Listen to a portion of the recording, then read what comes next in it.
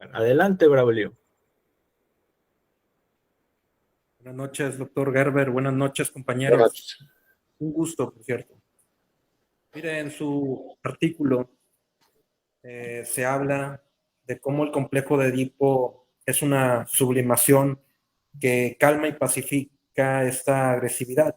Desde Lacan se había comentado como usted dice que da un acento o acentúa mucho el hecho del complejo de Edipo como una función, perdón, donde lo simbólico ordena, ¿no?, la agresividad, ordena la agresividad de lo imaginario. Quería preguntarle si no se instala bien el complejo de Edipo, más bien si no se resuelve bien, perdón, si la castración no está bien uh, fija, podría seguir esta relación de hostilidad con el semejante. Esta agresividad podría mantenerse hasta que parezca insostenible la imagen del otro. O la pregunta que tengo para usted. Está siempre presente, ¿no? Más allá, ¿verdad?, del complejo de Edipo. Bueno, en ese momento, ¿verdad?, así puede considerarlo Lacan, siguiendo de alguna manera lo que desarrolla Freud, ¿no? El complejo de Edipo implicaría la posibilidad de acceder a una ley simbólica y pondría un cierto límite al narcisismo. Haría posible la coexistencia más o menos pacífica allí. Sin embargo, en el desarrollo ulterior de la enseñanza de Lacan, vamos a ver que la eficacia de esto es relativa, es decir, tiene también sus límites, porque la ley representada, podría decirse así en términos generales, por el nombre del Padre, como lo señala Lacan, implica una renuncia para el sujeto, una renuncia a un goce pulsional, lo que va a determinar también que se genere una cierta agresividad precisamente por esto mismo, ¿no?, por esa exigencia de renuncia. Por otro lado, Lacan llegará también a elaborar el concepto de la falta del otro, del deseo del otro, a plantear que el otro quiere algo, pero ¿qué quiere, verdad? Es lo que no es posible determinar, porque tampoco el otro lo sabe, digamos, no tiene respuesta para esto. De manera tal que esa paranoia originaria está presente, continúa presente de todas maneras, porque existe la posibilidad de que lo que el otro quiera sea, ¿verdad?, gozar de mí o perderme, de manera tal que ese componente paranoico no dejará de tener cierta presencia, ¿verdad? La eficacia de la ley, de lo que se llama Lacan el nombre del Padre, entonces también tiene sus límites, ¿no? En un primer momento, y así lo sostiene, por ejemplo, en textos como La instancia de la letra, en el consciente, la idea es que lo simbólico puede asegurar una contención de la agresividad y la convivencia con otros, pero posteriormente va a advertir que esa eficacia, por lo que decíamos, es relativa, diríamos así. Tiene también sus límites en este caso, ¿no? Entonces, bueno, se trata, ¿verdad?, de todo un proceso de elaboración eh, va llevando a Lacan entonces a otras conclusiones, ¿no?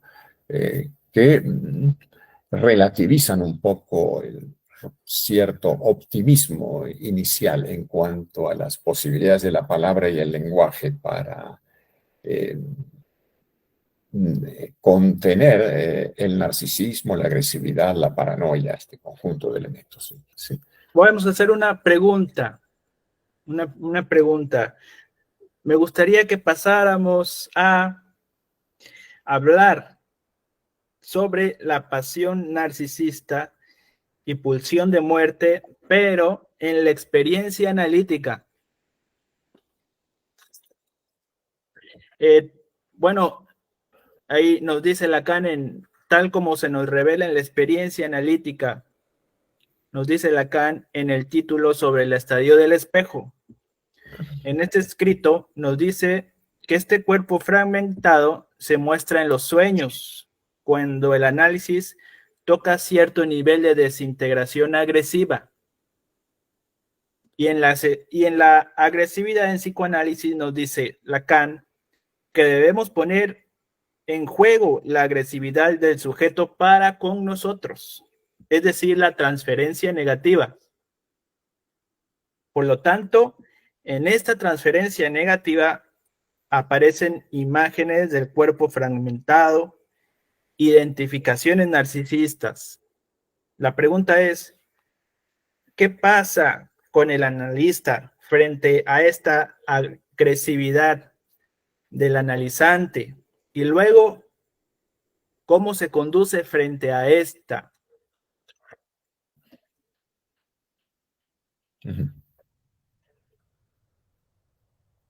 Bueno, ahí en el texto de la agresividad en psicoanálisis, sí, Lacan plantea, ¿verdad? La existencia, ¿verdad?, de esa agresividad y la ubica también en la experiencia psicoanalítica. Inclusive él señala que la transferencia negativa es el drama inaugural del análisis, ¿no? Que este elemento está presente. Por el solo hecho de que llegar a análisis supone, como él lo plantea ahí, una cierta herida narcisista, ¿no? El hecho de tener que recurrir a otro, ¿no? Y no poder resolver las cosas por uno mismo, ¿no? Entonces, ¿por qué tengo que venir aquí y no puedo resolver yo las cosas? Es lo que él da a entender en ese texto, ¿no? En la agresividad del psicoanálisis, ¿no? Bueno, entonces, sí, en el plano de lo imaginario es un componente que está presente, pero Lacan señala ahí, bueno, en ese momento él plantea que aquello que puede funcionar como un cierto límite de la agresividad y del narcisismo también es la palabra. El hecho de que el análisis se despliega enteramente en el campo de la palabra, y él allí recuerda también que la palabra hace posible establecer lazos, hacer pactos, acuerdos, ¿no? De tal manera que puede contener la agresividad. Claro, Lacan irá advirtiendo posteriormente que, como decía antes, ¿verdad? Esa eficacia tiene sus límites también. No puede ser absoluta, ¿no? Entonces, que un cierto componente de agresividad ahí no dejará de estar siempre presente. Queda la posibilidad de una cierta sublimación de esto, es decir, que pueda orientarse de otra manera, no necesariamente o hacia la destrucción del otro o de uno mismo. Bueno, esto dependerá también de cada caso, de cada sujeto, ¿no? Muy bien. De qué manera pueda encauzar esto. Recordemos que también Freud planteaba esta cuestión, ¿verdad? Que era necesario también que se le diera lugar a esto en la palabra, ¿no? Al componente de agresión que está presente en los sujetos, que esto no podía ser, desde el punto de vista psicoanalítico, negado ni reprimido, ¿no? Sino que se tenía que tratar también, ¿no? Como una posibilidad para que no se llevara al acto. Muy bien. O sea que en esta transferencia negativa se pone en juego también las pasiones, el amor, el odio y la ignorancia. Sí, bueno, la transferencia negativa tiene que ver más con el odio, pero también con la desconfianza, con la desuposición de saber, ¿no? Respecto del analista. Entonces, hay una parte importante allí en esto, en el proceso analítico, ¿no? Precisamente para llegar a la caída de lo que Lacan llamará después el sujeto supuesto saber. Es decir, que en este caso no tiene, aunque se llame transferencia negativa, un valor exclusivamente negativo, que también tiene otro valor que puede llevar justamente a hacer posible esa caída del sujeto supuesto saber, lo que plantea Lacan al respecto. Entonces, son ambos aspectos los que hay que considerar. Muy bien, muy bien. Y bueno, usted nos menciona, ya para ir finalizando, al final del libro, sobre el psicoanálisis como el reverso del discurso amo. El psicoanálisis ofrece otra cosa, de insertarse en otro tipo de lazo social, nos dice usted. Sí. Dice, no se trata de ser ordenado por el significante amo, sino de hacer con el goce que el síntoma encarna su creación. En cuanto a la creación, ¿a qué se refiere su creación? Hacer con el goce que el síntoma encarna un significante, su creación. Ajá. ¿A qué se refiere con su creación? Lacan desarrolla esto, pero ya en un momento avanzado de su enseñanza, particularmente cuando él introduce este concepto del symptôme, ¿no? O que distingue del síntoma en el sentido clásico, digamos así. También se traduce como síntoma, pero aludiendo justamente a aquello que se puede considerar irreductible del síntoma, como ese componente de satisfacción, de goce del síntoma, que no puede ser simbolizado, elaborado simbólicamente, que digamos, entonces elemento que podríamos llamarle real desde la perspectiva de los registros de Lacan, de manera tal que, bueno, lo que él considera es que el lenguaje, entonces el trabajo de simbolización, de elaboración simbólica, etcétera, tiene un cierto límite. Es decir, no puede reducir enteramente todo lo real, ¿no? Queda esto como resto y bueno, Lacan plantea que se trata de saber hacer, en este caso con el síntoma, ¿no? No es posible deshacerse enteramente de él, sino hacer algo diferente, ¿no? A esto entonces se refiere allí donde, bueno, él plantea que es el discurso del amo,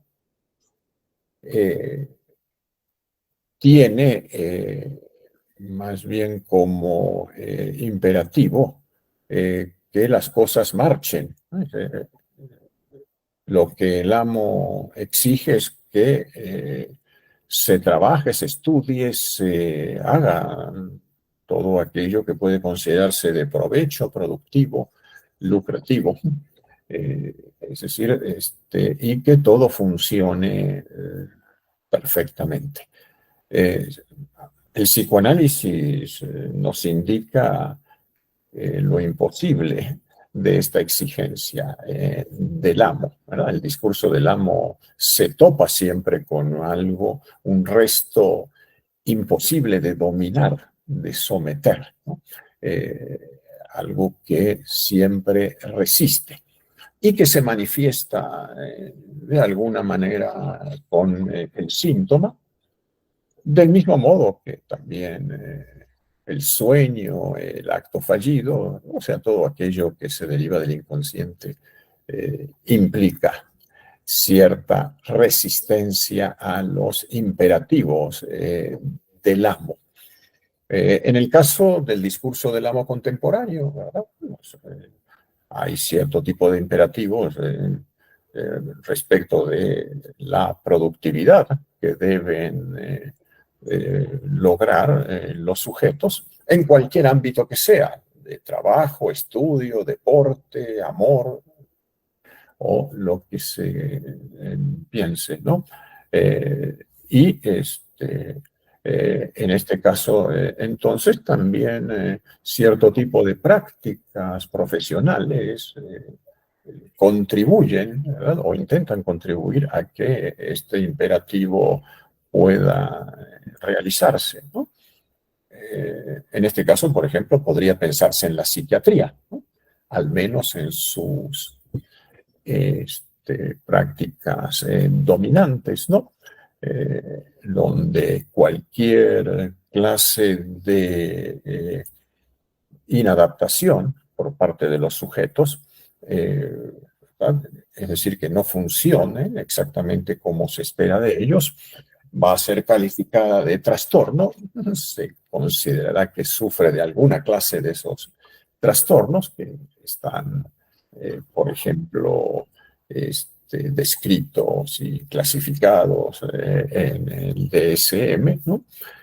Y se tratará entonces de intervenir farmacológicamente, ¿verdad? Para eliminarlo y lograr que el sujeto se normalice, diríamos así, y pueda funcionar como se lo exige un determinado orden, ¿no? Precisamente el discurso del amo.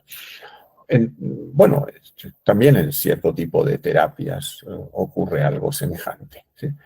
El psicoanálisis, más bien, lo que se quiere decir aquí es que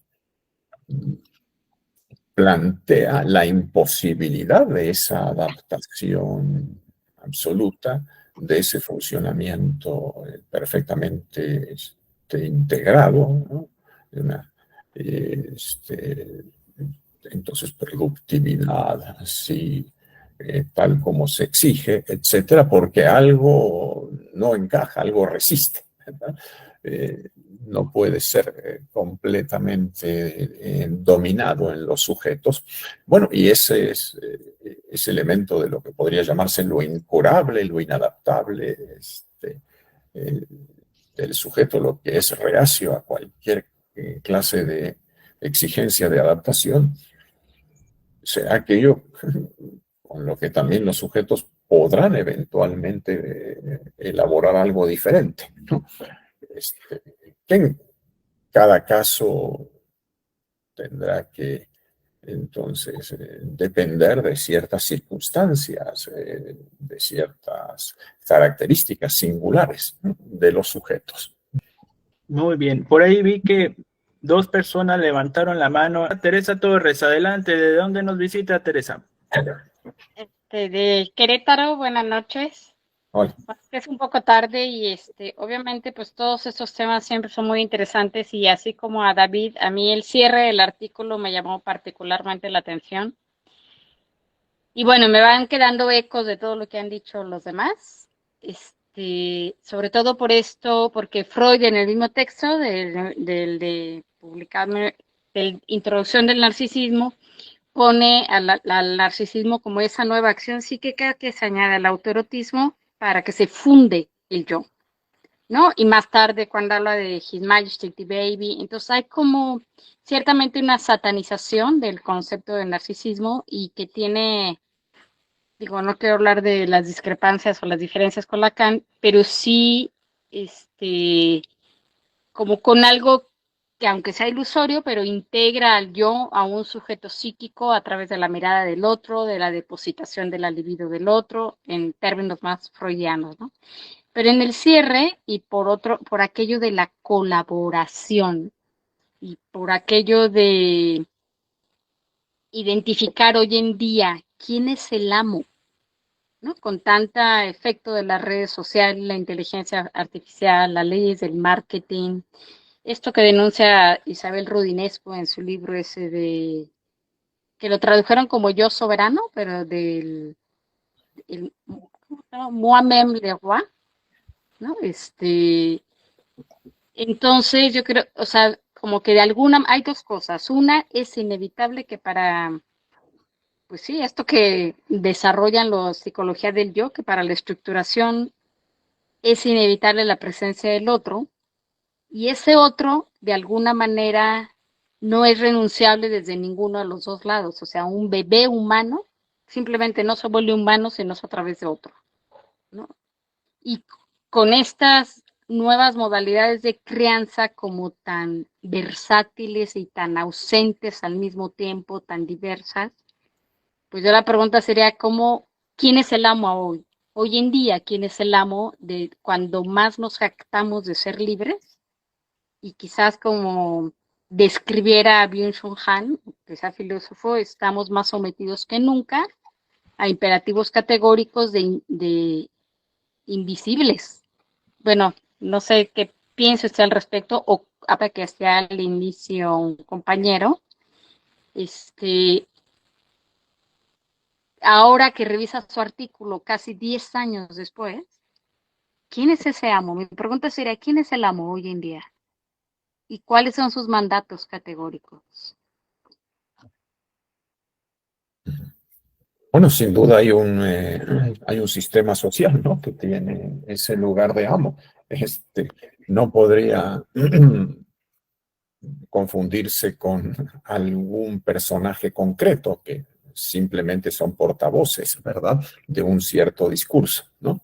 Es decir, no es algún presidente de la República, algún rey, algún ministro, cualquier cosa de estas, ¿no? Ellos son de algún modo portavoces de este discurso que precisamente plantea toda esta serie de imperativos que tienen que ver con el éxito, con la productividad, con la eficiencia y también con el consumo. Hay que considerar también esa parte, ¿no? Entonces, claro, es un discurso que contiene la promesa de la felicidad en la medida en que se cumplen con sus exigencias, ¿no? Es decir, que tiene la promesa de goce. Lacan decía esto, ¿verdad? Que el objeto ha sido colocado en el lugar del ideal, en el cenit social, dice él, ¿no?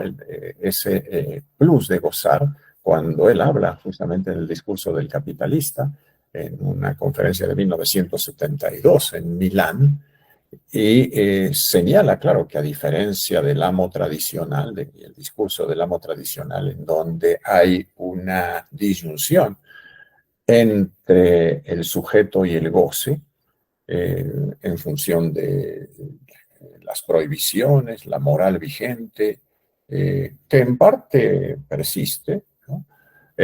Lo novedoso es lo que él llama ese discurso del capitalista, es el hecho de que desaparece la barrera, o tiende a desaparecer esa barrera entre el sujeto y el goce, o eso que llama él el plus de gozar, que puede ser encarnado por todos, esa multiplicidad de objetos de consumo, y se le presenta al sujeto entonces la ilusión de que el goce está ahí, a su alcance.